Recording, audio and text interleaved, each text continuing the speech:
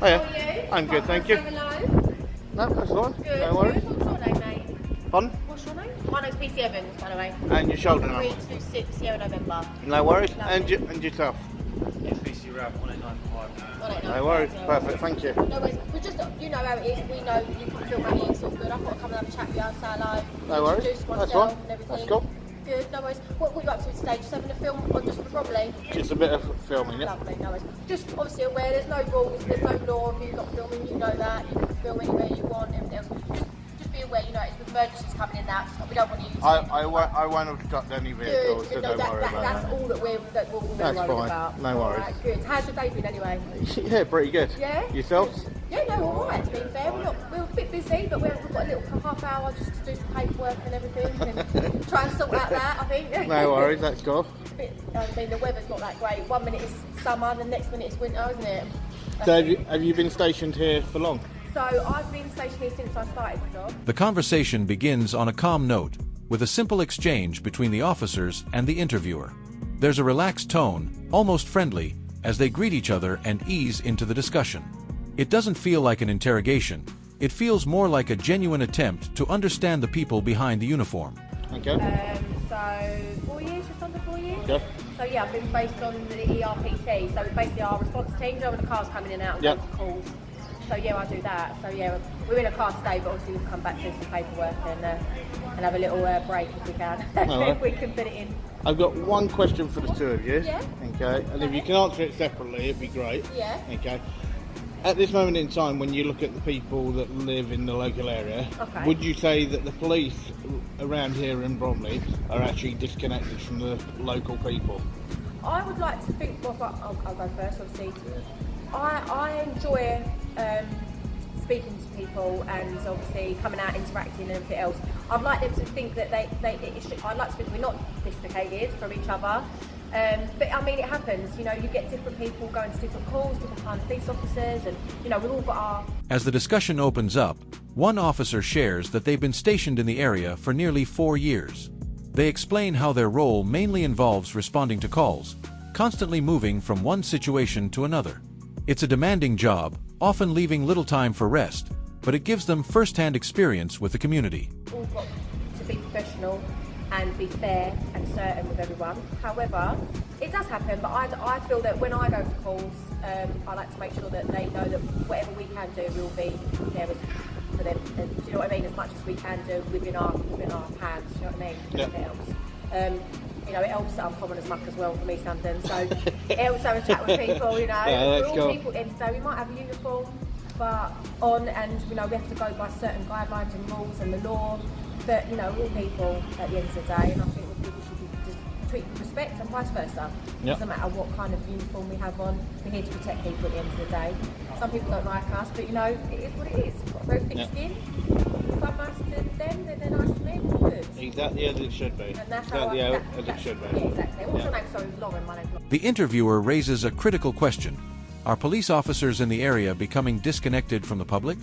It's a sensitive topic, and you can feel the weight of it. The officer responds carefully, expressing a desire to stay connected and approachable, despite the challenges that come with the job. Lauren, by the way. I will actually decline if you don't That's absolutely mind. fine. Don't mind calling me mate though, is that right? No, that's fine. Perfect, That's there fine. we go. That's fine. It's just so I can introduce myself. No, that's Yeah. fine. That's fine. No, that's absolutely fine. No problem at all. Good, good. No worries. Yeah. And what about yourself? Yeah, you'd like to think that, you know, we can relate to people, and like my colleague said, because we wear our uniform and stuff, you think there is a massive difference. But, you know, it's understandable that people don't want to look at it like that. They want to see that there is a difference. So we have to try our best to reiterate to them that we know we're there to help them. We're there to try and, you know, support them. And we understand that there's people that have real issues and we might not get it because we've not been through it, but we try our best to understand what they're going through, you know. But, yeah. No, that's all right. Because I directed that last one at you first, I'm going to direct another question towards you first, if you don't mind. Okay. So when you look to do with the law at the moment, The officer emphasizes the importance of interaction, explaining that they try to speak with people openly and respectfully. They admit that while not every experience is perfect, their goal is to make sure the public knows the police are there to help whenever possible. you've got so many officers, especially from the Met, that are currently on suspension, okay, during the period of 2021 up to 2022, and the Met has the highest rate of officers on suspension, right? And a lot of them is to do with them actually putting their feelings before what the law actually is. Now, if you've seen an officer break the law, right, and you are out with a colleague and you see them actually abuse somebody's rights, what would you do there and then? You report it. You report it straight away. It doesn't matter if they're a police officer. It doesn't matter what position they are, whether they're a senior officer. My colleague has been here for years, more than me. But that doesn't mean that if they're a higher rank, if they've been here for years, that it gets ignored. You have to report it. You report it to a supervisor, and you hope the right action gets taken. Because at the end of the day, it's mistreating people. It doesn't matter who you are, what position you hold in, what power, whether you're in the police or any role. You report it, and you hope that the right response will be taken. Another officer adds to the conversation, highlighting that despite wearing a uniform, they are still human. They believe respect should go both ways, and that building trust starts with treating people fairly, no matter the situation. Like you say, if people have been suspended or been punished, it's probably for the right reasons, because they've done wrong and have to face the consequences. Or we try and stamp that out in this job, don't we? No, that's good. I fully agree with that. Also, as well, is that as you were saying about the other question, and obviously I'll go back to that as well. I enjoy doing this actually, because it's nice to get a little bit of us across as well. Yeah. Is that regarding like people do have serious, like we do a lot of mental health and stuff like that, and we suffer sometimes with it ourselves, you know. So you can relate to people, and kind of you can sympathise with anyone. Anyone can sympathise with anyone, but if you can empathise with somebody and go through it yourself, or you a family member or someone you're close to you can kind of build like a rapport with them, and kind of to the point where we take them to hospital, and I've had some of it with myself that, you know, they don't want me to leave because they'd rather me sit with them even though they see the uniform. The tone shifts as the interviewer introduces a more serious question. What happens if an officer breaks the law? It's a moment that tests integrity. Without hesitation, the officer states clearly that such actions must be reported, regardless of rank or experience. They don't see it because I relate to them and open up a little bit about me, not too much, because obviously we're dealing with their problems, but just so I know that I'm there to help them, you know. And regarding the other question, exactly what my colleague said, is that 100%, there is no matter what law it is, the law's there to not be broken, so, you know, and for us, we should be even more professional and make sure that if someone was doing something wrong in front of us, our colleagues we're talking about, that's the question, wasn't it? That we report it, and not only that, stop it. Like, intervene, as my colleague said, and stop it, because it's not, it isn't fair, we shouldn't abuse of power. Does that make sense? Yep, no, that is absolutely perfect. Yeah. Now, you just said one thing where you said about break the law. Yeah. Right. Don't you mean that you should be there to actually uphold the law? Oh, sorry, it was a word of Yeah. So no, I just wanted to get it right. No, okay. of course, yeah, We're right, yeah. and that's exactly what we have to enforce and do. And regarding people getting The officers stand firm on accountability. They explain that no one is above the law, and if misconduct occurs, it must be addressed immediately. This reflects an effort within the force to maintain professionalism and rebuild trust. like courts and stuff, they deal with that, the criminal justice side of it. Obviously, we just bring the evidence to them. We've been given an allegation, we give the evidence to them, and then they deal with it afterwards, don't they? So we're not there actually giving them people the sentencing or anything like that. Obviously, we're aware of that. That's the court system. We just put them in front of the court. Now, you mentioned mental health. Yeah. Do you know what percentage at the moment has actually been put there by all the reviews that have actually been done with the Met for what percentage of officers are currently suffering with mental health inside the Met? I will be honest with you, mate, I don't know the exact percentage, but I think it's very high. Yeah, it comes in at 28%. Yeah. Is what it comes in at. And it's shocking, it is, and I think it probably would be higher, but some people don't feel that they can come forward and speak about it, and that's unfortunate, and that's why our colleagues always, we go to something that's quite... The conversation moves into mental health, revealing a deeper and more personal side of policing. One officer explains how frequently they deal with emotionally challenging situations, including people in crisis, and how it can take a toll on them as individuals. upsetting. We go to people when they've lost their loved ones and we have to be there for them, or they've been like seriously hurt, and it does affect us obviously because we're human. Yeah. And I think things like that, we then support each other afterwards. We come away from the call, we do what we need to do to help, we come away, we have a little chat about it, see if everyone's alright, and we keep in contact. And the days coming after, just to make sure, especially that when there's young children, parts, or anybody that really affects us personally as well. Yep. And I think that's sort of, I think that getting rained on. I think that is a great. We try and get people to talk if they want to. We're here to support each other as much as we can. Not only the people that we go are call them our customers, you know, our people that we serve and that we look after, also each other. Because The public. The public. But I like to say that the people that we look after, the public, no matter who it is. I think that we have to look after ourselves, because if we're not functioning at full form, then how can we help other people, you know? They share that sometimes connecting with people on a personal level makes all the difference. By showing empathy and understanding, they can build trust, even in the most difficult situations. It's not just about enforcing the law, but about supporting people in their worst moments. Okay. And one last question: if there was one thing that you could change now, right, that could actually help the police and the public come together, what would it be?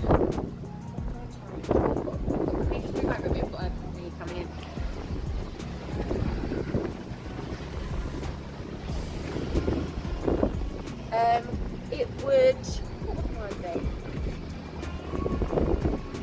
What do you think? I've got to think. I'm trying to think. It's a big. I mean, it is a good question. Yeah. If I could change something. What specifically?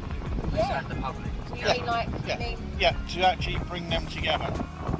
I think that it's a long running. I mean, when I was a child, before obviously becoming police and everything else, I feel that, you know, you're told not to, don't be naughty, because the policeman will take you away, and you get that stigma as old school, you know. Statistics are brought into the discussion, highlighting that a significant percentage of officers struggle with mental health. The officers acknowledge this reality, noting that many may not even come forward due to stigma or fear. And you get that, and I think it's very hard to get out of that growing up, you know, especially if like you've done something little, like as a kid, and you know when they go in and take a sweet out of shop, and they're not going to arrest them, but you know, it's like, oh God, what are you doing? And mum's like, oh, I think that, I don't know, I feel like it's a big issue, I think, that bringing everyone together. I think the minority of people have had dealings with police growing up, maybe their parents, maybe they've had a bad experience, and I think that it's very hard to change and make that a difference, I think. Do you get what I mean? If you've had a bad experience with a police officer, or any kind of like, anything like that, then I think it's very hard to get that trust back.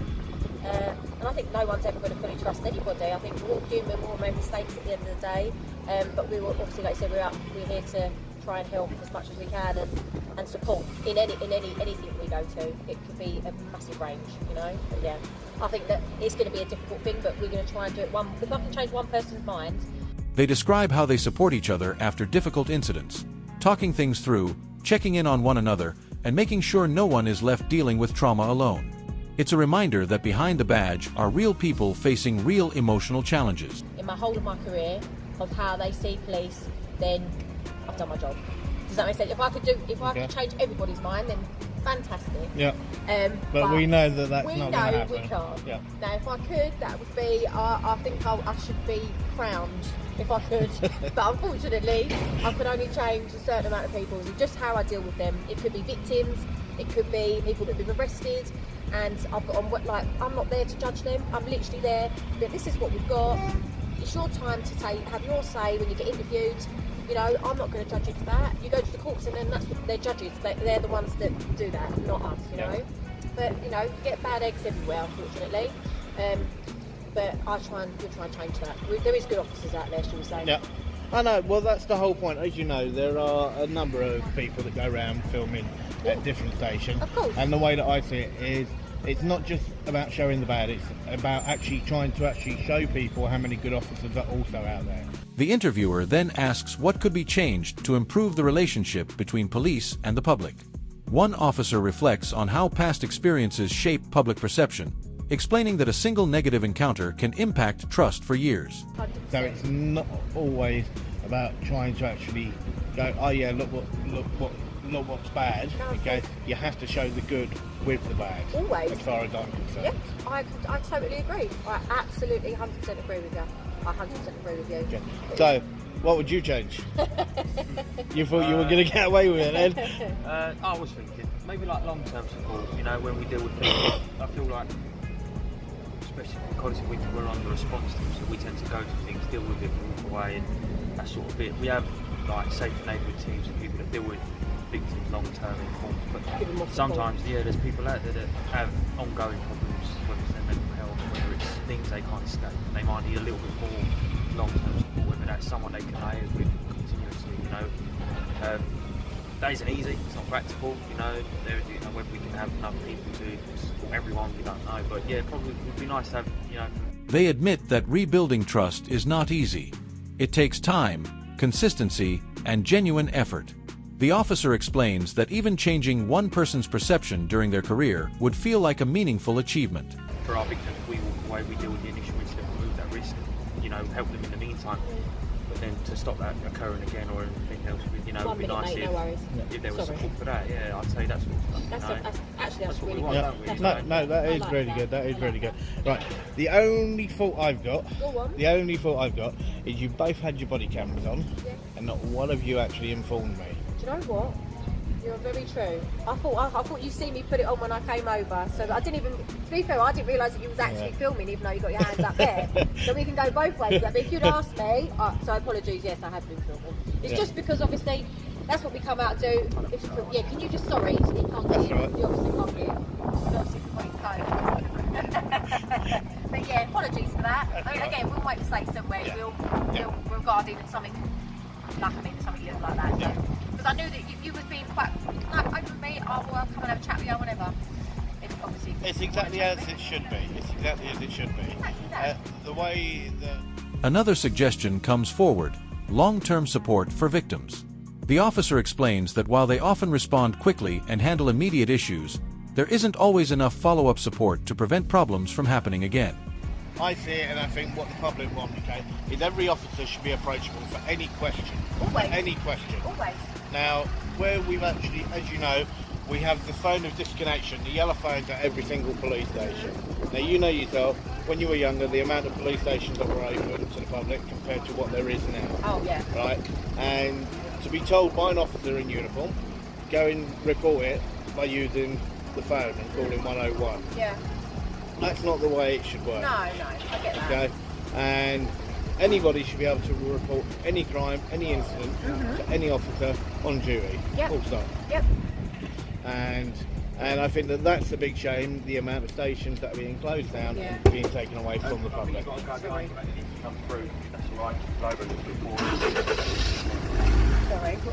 commotion going on. That's alright, no worries. You need to go down there, mate. He needs to go in there. He needs to go that way. As the conversation comes to an end, the interviewer reflects on transparency and communication. They point out small details, like body cameras, and larger concerns, such as the closure of police stations. The discussion closes with a powerful message. True progress comes from showing both the good and the bad, and continuing honest conversations like this one.